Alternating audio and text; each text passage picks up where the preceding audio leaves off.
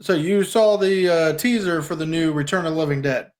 It's Yeah. coming out next Christmas, next December. Yeah.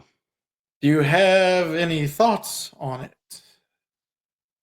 Well, the teaser wasn't much. It was just showing that. Well, so one thing I like is that apparently this one is going to be taking place in 1985. I think, because I read a plot synopsis where they were like, supposedly this is going to take a couple weeks after the first one. Is where this one's going to pick up from. So I like that because it feels like a real sequel then. But the tone of the trailer was, like, still kinda serious, and I feel like the tone of the original is, like, not meant to be that serious. It's meant to be kinda goofy and fun. And the trailer for a new one, I don't understand. Get the rights to the song "Party Time."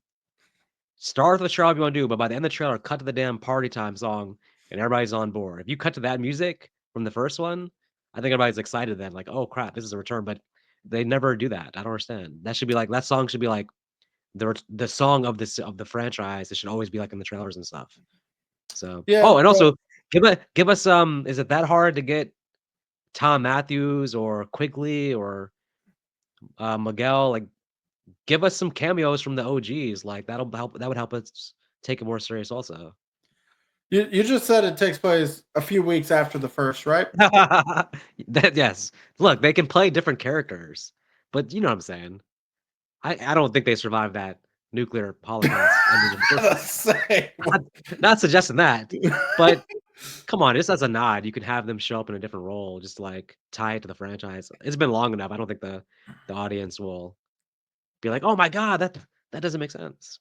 well, here, well, then again, the second movie, it actually would make sense with this franchise because the second movie did bring back Tom Matthews and Right. the other guy that got infested because of Tarman.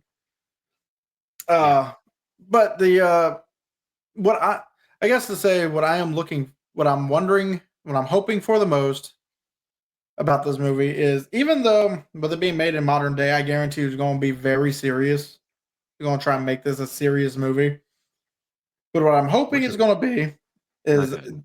yeah, I'm hoping it's still going to keep the comedy aspect because that's what made Return of the Living Dead kind of special in everyone's eyes Right. is the comedy to it.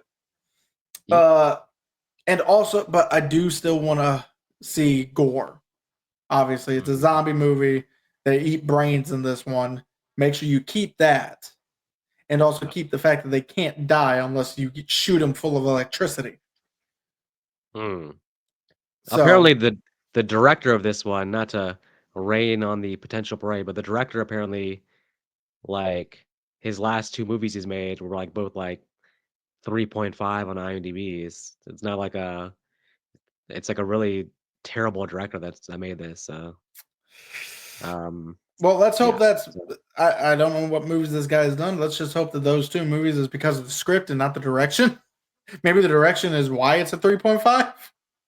it's just a bad sign about, like, and also, I'm wondering if this is, like, coming straight to Sci-Fi or where's this gonna be released at, If honestly. it's straight to sci-fi, it's actually probably is going to be worse than Necropolis or Rave to the Grave because those were straight to sci-fi.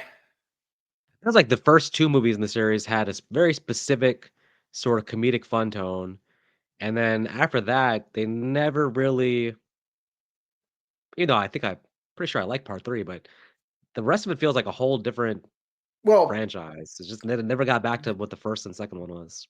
Well, part three was definitely a lot. Definitely played more serious. They changed it from horror comedy to like a horror romance.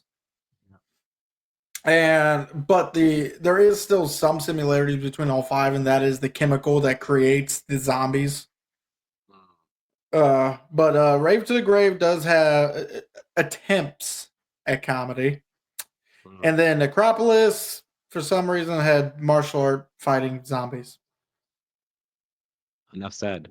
And here's even the word about Necropolis and Rave to the Grave is all the characters are the same, Mhm, except both movies were actually filmed at the exact same time of each other. mhm. So there's no real continuity between them. So Didn't they release those movies at the same time or something? yes, they I think the same day Necropolis came out and then Rave to the Grave right after.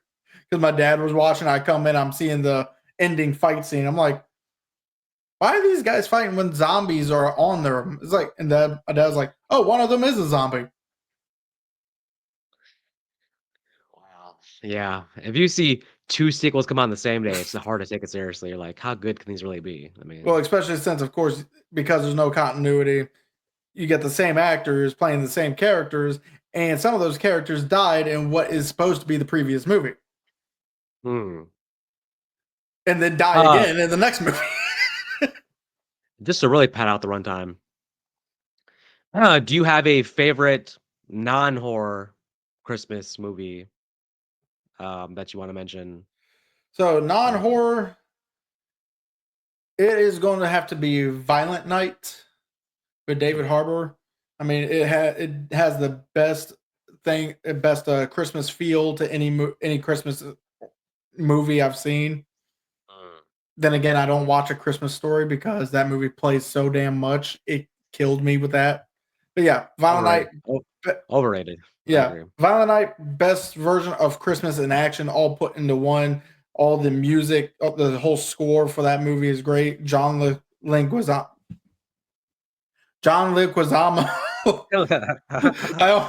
For some, yeah, Len Quizamo. Yeah, he's Yeah. great as a villain. Uh, So overall, Violent and all the other characters are great too. So Violent Night for me. I'm gonna go. I recommend that you watch this. Scrooge with Bill Murray. Just a fun Christmas movie for sure. I have it on my list. I'm actually a few movies behind, so I got to catch up. Gotcha. And I mean, even though I was dissing Home Alone earlier, I can recognize Home Alone's a pretty good Christmas classic. So even Home Alone One, 2. I was about to say 1 and 2. 1 Technically, and 2 great.